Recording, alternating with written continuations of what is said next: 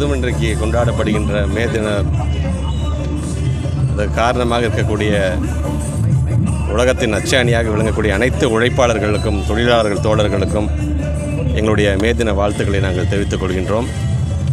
மே தின வாழ்த்து என்று வரும்பொழுது ஒட்டுமொத்தமாக இந்த சமுதாயத்தின் முன்னேற்றத்திற்காக உழைக்கக்கூடியவர்கள், அது தொழிலாளர்களாக இருந்தாலும், பத்திரிகை துறையை சார்ந்திருக்கின்றவர்களாக இருந்தாலும், ஊடகத்துறையை சார்ந்திருக்கின்ற நண்பர்களாக இருந்தாலும், ஒவ்வொருவரும் ஒவ்வொரு விதத்தில் இந்த சமுதாயத்தின் முன்னேற்றத்திற்காக உழைத்து கொண்டிருக்கின்றார்கள்.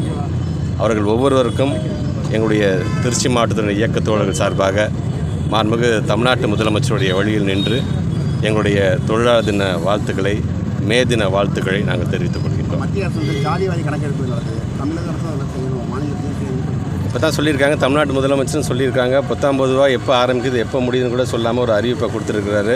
உங்களுக்கே தெரியும், பீகாருக்கு அடுத்தது தேர்தல் வர இருக்கின்றது, 5 மாநில தேர்தல் வர இருக்கின்றது. இனி அந்த தேர்தல் காலம் வரும்போது இந்த மாதிரியான பலவிதமான அறிவிப்புகளை நம்ம அவங்கள்ட்ட எதிர்பார்க்கலாம். அறிவிப்பாக இருந்துவிடக்கூடாது, அதை நடைமுறைப்படுத்துகின்ற விதத்தில் அது செயல்படுத்த வேண்டும். அப்படி வரும்போது கண்டிப்பாக தமிழ்நாட்டு முதலமைச்சர் என்றைக்குமே அதுக்கு தயாராக இருக்கிறார். பள்ளிகள் திறப்பு வந்து தள்ளி போக வாய்ப்பு இருக்குது.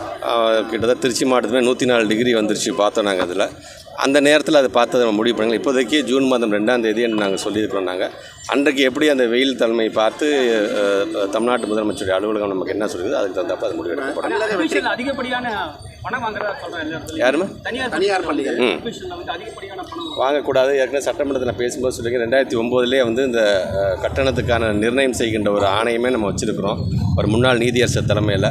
அதனால் அந்த நீதியரசர் தலைமையில் இருக்க அந்த கமிட்டி என்ன சொல்லுதுன்னா, நாங்கள் நிர்ணயிக்கிறதை காட்டிலும் எந்த பள்ளிக்கூடமாவது தனியார் பள்ளிக்கூடம் அதிகமாக வாங்குதுன்னு சொன்னால் கண்டிப்பாக கடும் நடவடிக்கை எடுக்கப்படும் என்பதை நாங்கள் சொல்லியிருக்கோம். அதை தான் மீண்டும் நான் வலியுறுத்தி நான் சொல்லியிருக்கேன். தமிழக கல்விக் கழகம் வந்து என்ன சொல்லியிருக்காங்கன்னா, எதிர்கட்சியாக கூட உட்கார முடியாது 26 திமுகன்னு சொல்லியிருக்காங்க. அது அவங்களுடைய எண்ணம். கட்சி ஆரம்பிச்சிட்டாரு, எதை சொல்லணும்னு அவரும், அதனால் அவர் சொல்கிறத நான் பார்க்குறேன். தேசிய கல்விக் கொள்கை மற்ற மாநிலத்திலலாம் வந்து சிறப்பாக எடுத்துக்கிறாங்க, தமிழ்நாடு தான் தடையாக இருக்குன்னு வந்து நிதியமைச்சர் நிர்மலா சீதாராமன் சொல்லியிருக்காங்க.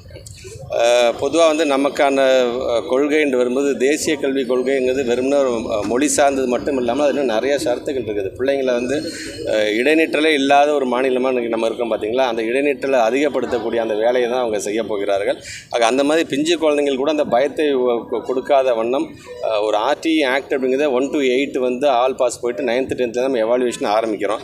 ஆனால் இவங்க வைக்கிறது பார்த்தீங்கன்னா 3, 5, 8 வைக்கக்கூடிய இது மூலமாக பார்த்தீங்கன்னா அந்த குழந்தைங்களோட இடைநிற்றலை அதிகப்படுத்தும் என்கின்ற அந்த காரணமும் ஒரு ஒன் ஆஃப் த காரணம். அது மட்டும் இல்லாமல் ஆசிரியர்களை வஞ்சிக்கக்கூடிய, மாணவர்கள் நலன் சார்ந்து வஞ்சிக்கக்கூடிய பல சரத்துக்கள் இருக்கின்றது. எல்லாம் சேர்த்து தான் குறிப்பாக நம்முடைய உயிர் பிரச்சனையாக இருக்கின்ற மொழி பிரச்சனையை அவங்க வந்து தேவையில்லாமல் சொல்லுவாங்க. நம்மளை பொறுத்தவரைக்கும் நம்ம ஏற்கனவே வந்து பல விதத்திலும் இருமொழி கொள்கையில் வந்து எந்த அளவுக்கு நம்ம வந்து நிறுவனம் செய்யப்பட்டிருக்கின்ற ஒரு சிஸ்டமாக நம்ம இருக்கோங்கிறோம்.